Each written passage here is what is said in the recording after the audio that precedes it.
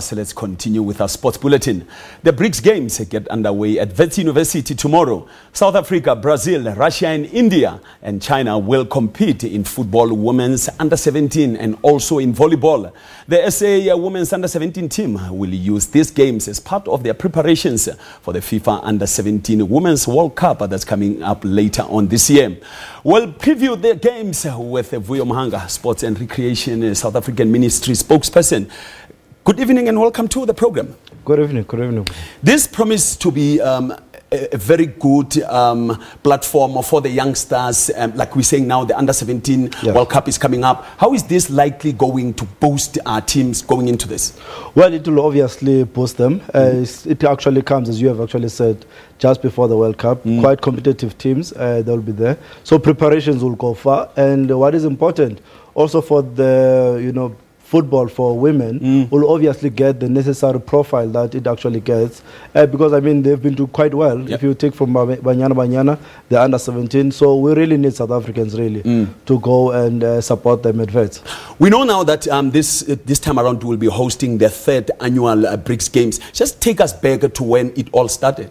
Well, the idea really came with the former president of India in 2015, when they actually said, besides, when the politicians are discussing the heavy stuff, maybe let's have, the BRICS Games. So the first game started in 2016 in India, and subsequently then in China, and basically they are here in South Africa now.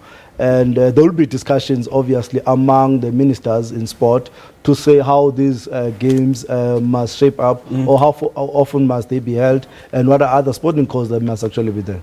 Speaking of which, I see now that there will be football and volleyball. Are those only 2 sporting codes?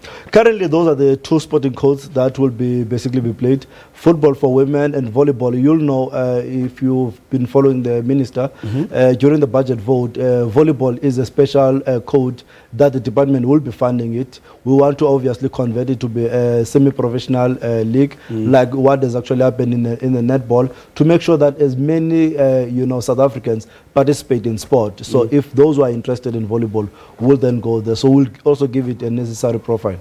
So now tomorrow the games kick off. Take us through what it is that we should be looking forward to. Well, on the 18th, the game will be kicking off on the birthday of Tata Madiba. South Africa will be, obviously the women's side will be the first one to be playing. And we hope that they will be able to do the best, really. And subsequently, the schedules are there, and I think we'll be communicating with South Africans to say which teams are playing at what given time, so that as and when they've got time, they can actually go to Wits University and basically be able to watch. Do people pay?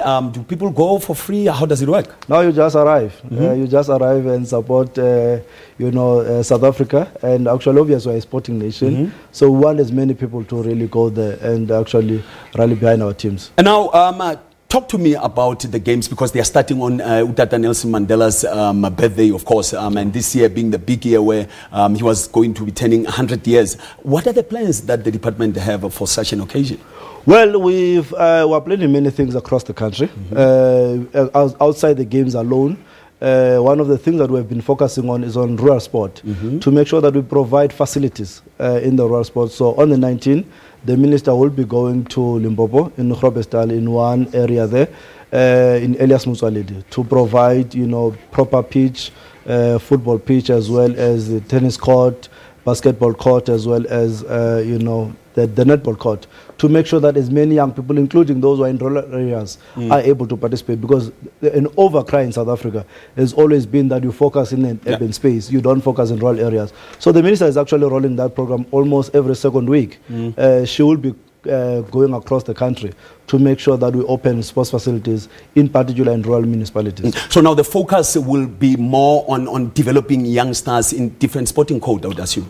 Correctly. I mean, if you follow the EPG report, well, that speaks about transformation in sport, was that you need to transform. But part of that, you need to make sure that you use school sport as actually your baseline to increase that pipeline. But you therefore need to create a conducive environment. So you must have proper fields, so that those kids can be able to play there. So as they grow up, they are able to be groomed properly. And ultimately, when we see the national team, it must then be reflective of South Africans in all its demographics.